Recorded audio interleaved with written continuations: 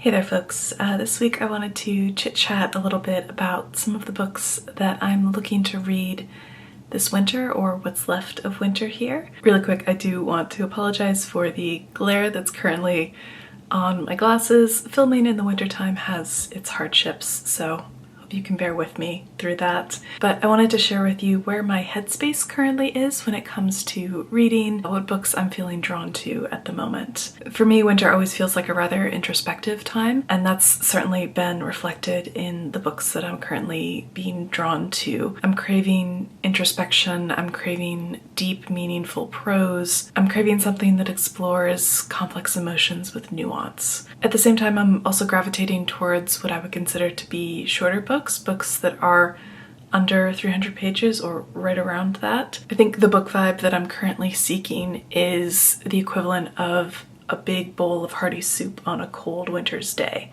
That like soul-nourishing quality in a book. And so with that, let's get on into the books. The book that's on the top of this pile is Never Let Me Go by Kazuo Ishiguro. I've had this book on my to-read radar since I think high school, and I've had this specific copy on my bookshelf for years. This is one of those books that I feel like I have put off reading because I know that I'm going to adore it, which sounds weird to say out loud, but hear me out. You know how people will put off wearing their nice clothes, jewelry, perfume, etc. because they feel like they can only do so for a special occasion? That's what I feel like I've been doing with this book.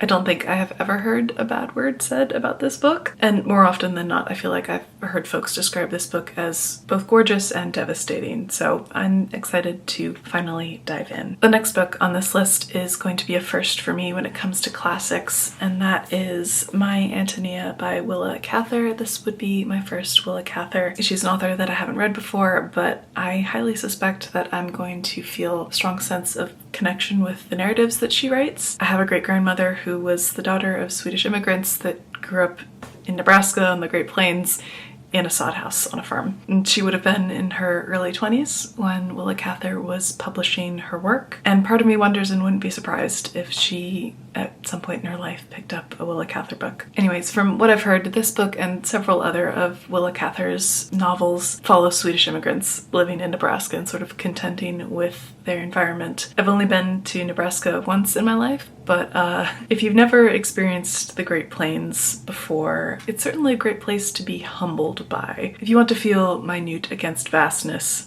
and introspective about your place in the world, the Great Plains. Great place to do that. So I'm excited to finally check out Willa Cather's work. Next up is the first biography on this list, and that is Dutch Girl, Audrey Hepburn and World War II by Robert Matzen. Fun fact about me, I had a really big Audrey Hepburn phase when I was in my early 20s, and she's still someone that I'm fascinated by and hold in high regard. I've really been drawn to memoir and biographic writings recently, in part I think because they are an introspection or an examination of a period of someone's life or the life as a whole. This biography says that it looks specifically at Hepburn's experience during World War II in the Netherlands as a young teenager. This was pre-fame, pre-Hollywood, and certainly at a very pivotal point in her life. Foxfire by Joyce Carol Oats would be a reread for me. I think I originally read this book back in 2017, and it's a book that's stuck with me for years and continued to scratch the inside of my brain from time to time. We're following a group of teenage girls who form a gang in upstate New York in the 1950s. From what I remember, this story is told sort of as an insular snapshot by the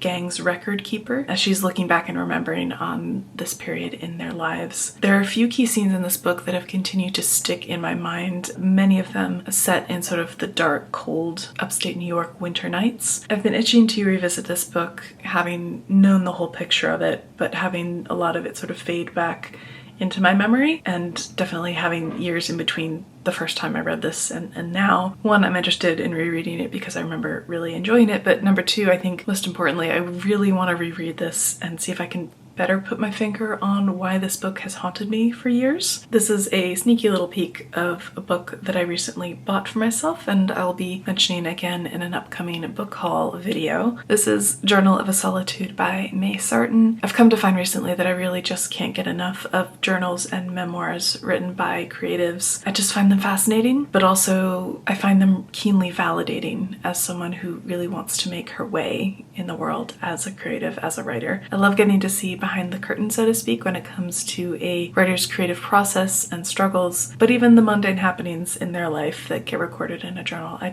really enjoy, which may sound incredibly boring to some people, but at the moment I can't get enough of this stuff. The next one is a memoir that has been on my shelf for a couple years now, I think.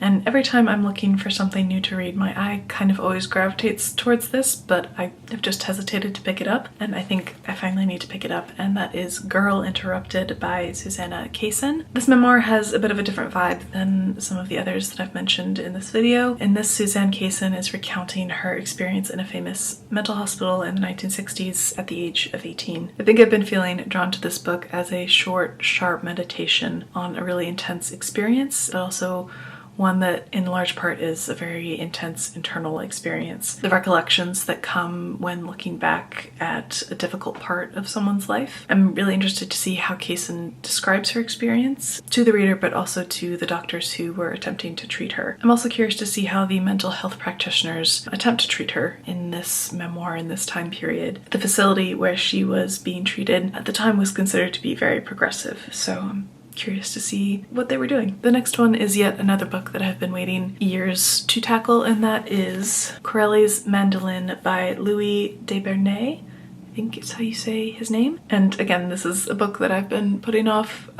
because I think I'm gonna adore it. Why? I don't know. For me, one of the reasons that I adore historical fiction is the inherent reflectiveness that comes with the genre and that comes with telling a story set in the past. This book takes place in Greece right before the occupation during the Second World War, and then also during the occupation. Quote, de Bernieres seems interested in dissecting the nature of history as he tells his ever-darkening tale from many perspectives. Captain Corellis Mandolin works on many levels as a love story, a war story, and a deconstruction of just what determines the facts that make it into the history books. That sounds incredibly up my alley, so again, I don't know why I've been putting this off, but I think now's the time.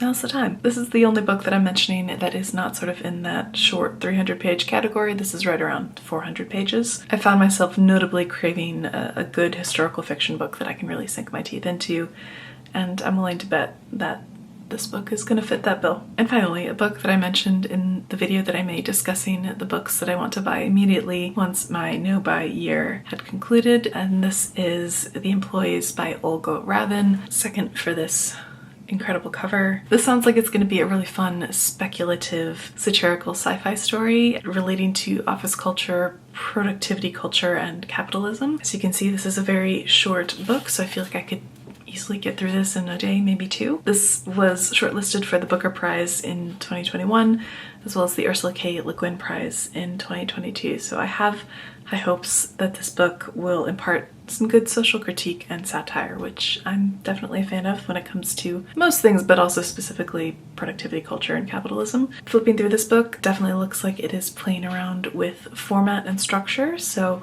I'm excited to see what this little guy might hold. Feel free to tell me in the comments about any of the books that you're currently excited to read during winter. I hope that you enjoyed listening to me ramble about some of the books that I'm really excited to get to pretty soon here. If you did, feel free to give this video a thumbs up. I really appreciate it. It definitely helps my channel grow. And if you happen to want to hear more book rambles from me and you aren't already subscribed, I would love to have you if you would like to subscribe. But with that, I think I'm gonna wrap up this video. I hope you all are doing well, and I'll see you next time. Bye.